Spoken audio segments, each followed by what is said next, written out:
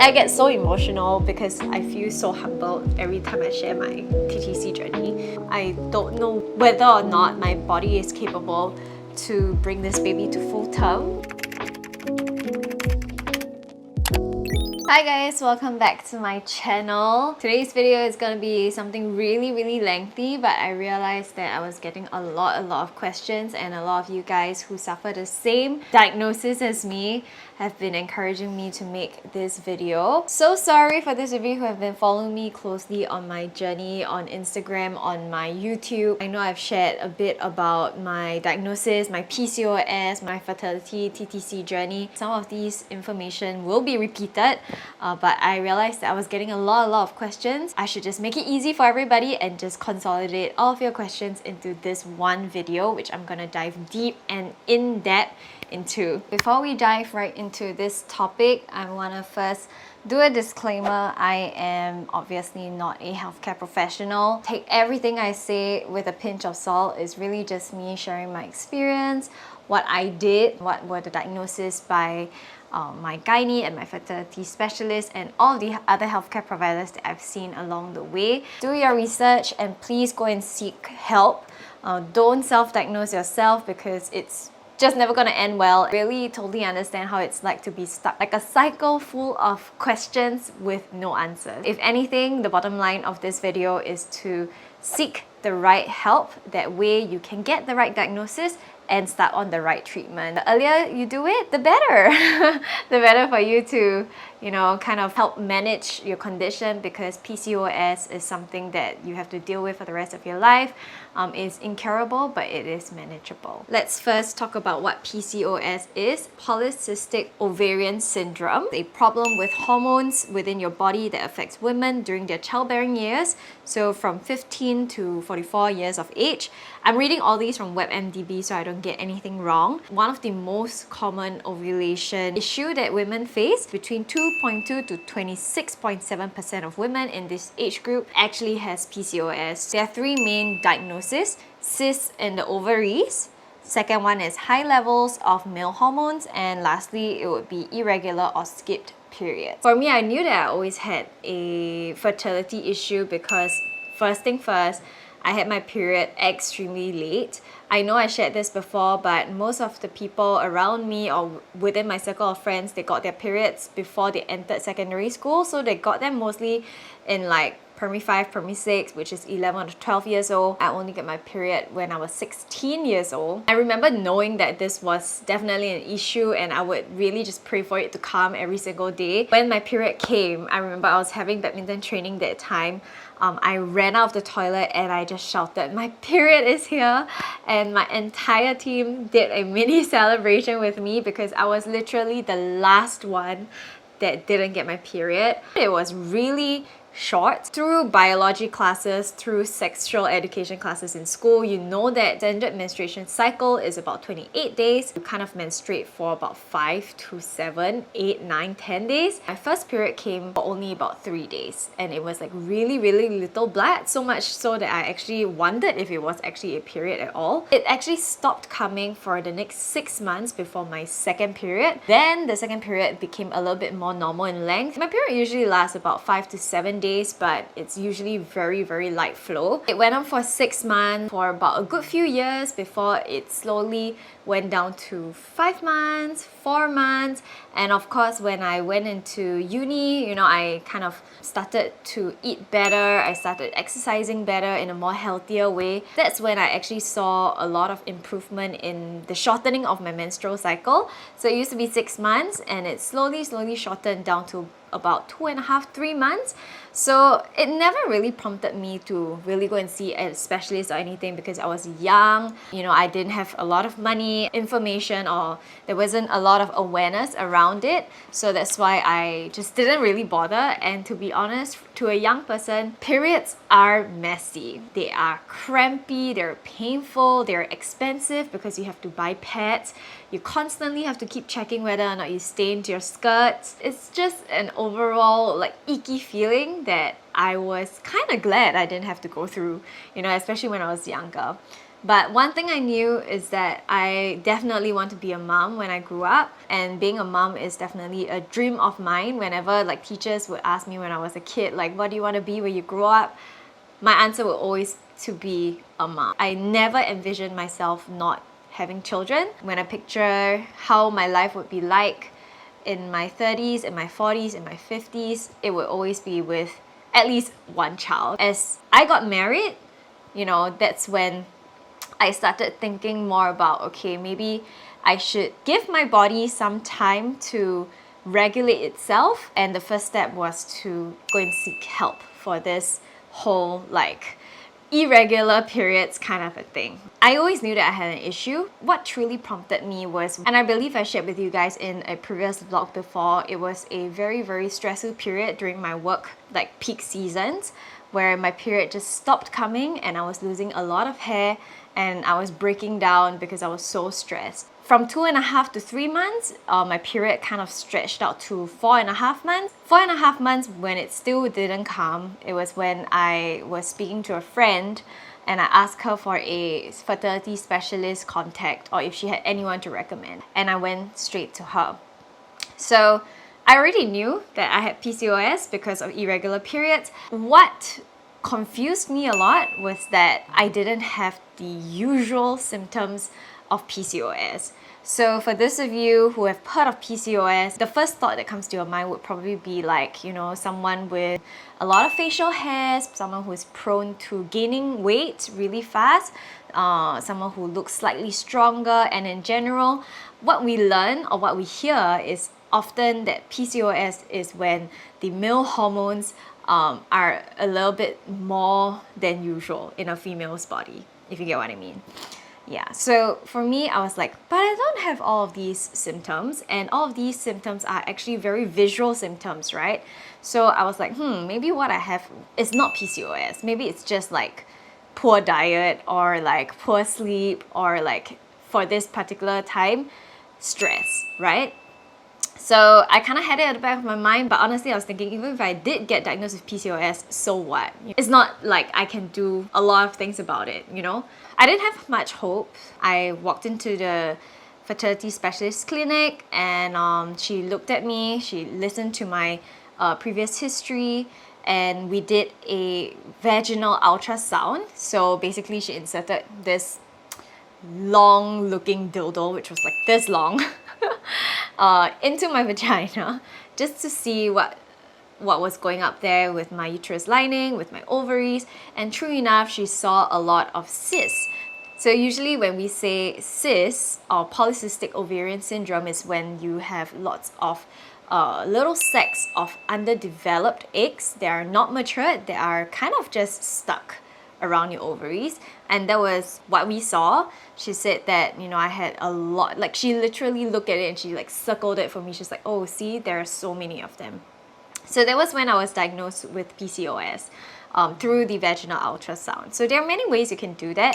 One is through the vaginal ultrasound, another one is, you know, usually with irregular periods, and if you have like all of the above, like male testosterone symptoms, then that's also one way, and another one is through a blood test. Whereas for me, now that I'm diagnosed with PCOS, I wanted to know exactly how to treat it. Like, is it a hormonal imbalance, or am I lacking something in terms of nutrition, or is it like stress induced? The only way I could tell was through a blood test. I had to wait for my period to come, but because it was not coming, she prescribed me some medication to induce the period to come. And she did say that, you know, having a super thick uterus lining is not good for me because it may be harmless at the start, but it might turn into something harmful down the road. So if you are someone with very, very, very long menstrual cycles like me, do take note, and it's not always a good sign. Okay, that's what I learned. So I had to take medication for it to come. First, it was 1.5 months, and then after I took it, it came within a few days.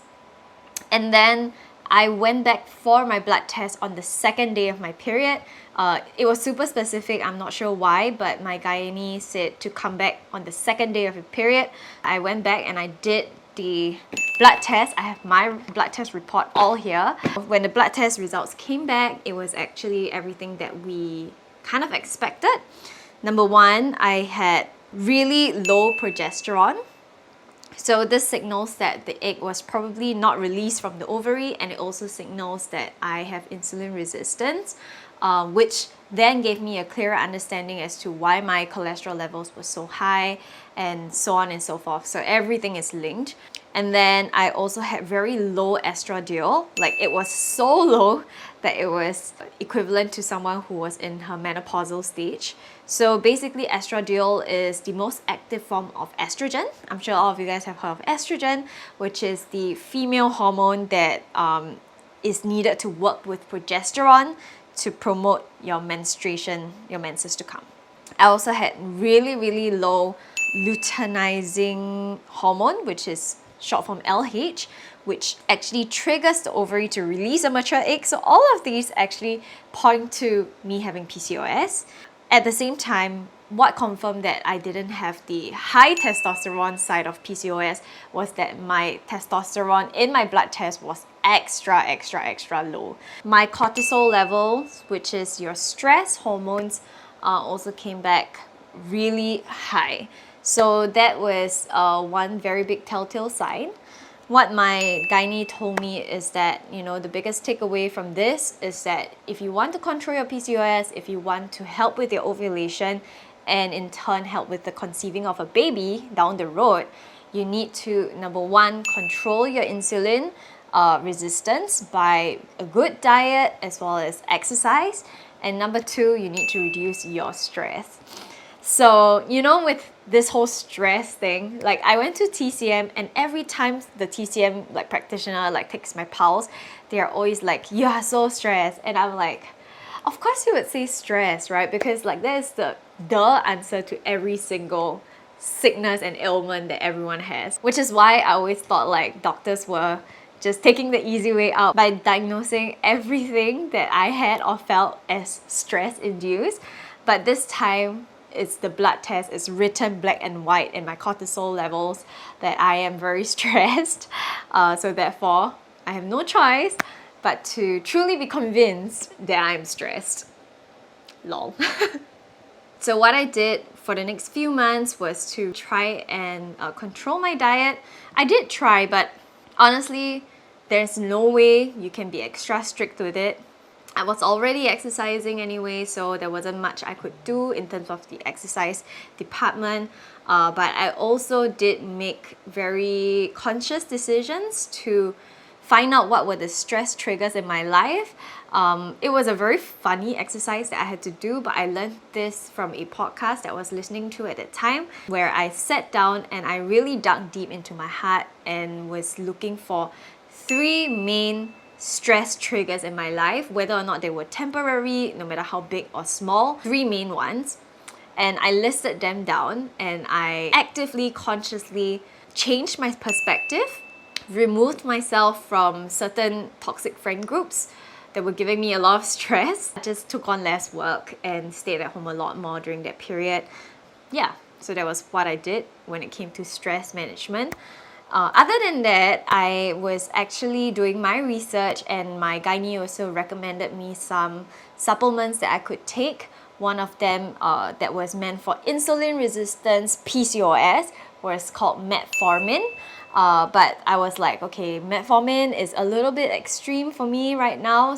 I was then recommended the gentler version, which can be bought off the shelf, so you don't need to get it through a gynae. It's called Myo-inositol. I asked my gynae to approve my Myo-inositol, like, because with different supplements, especially if you're getting them online by yourself, there are different kinds mixed with different things, and different dosage as well. So please make sure that you're speaking with your healthcare professional before you even get it, because you might have another type of PCOS or another type of fertility issue. Not every single person with irregular periods have PCOS, okay? So that's what I'm trying to say. Yeah, so anyway, she approved my Myo-inositol, and I went ahead to take it. So I was due to see her in about 6 months, but after taking Myo-inositol for 8 months, so I did see her once, and then we agreed to just continue whatever it was doing for me, because my period continued to go back to 2.5 months, which was a good sign.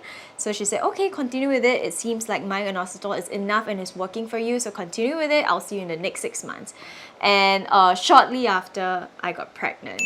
And it was a natural pregnancy. If you watched my previous video, you will know that I did an ovulation test kit, and it showed that I was not ovulating on the day little Puff was conceived.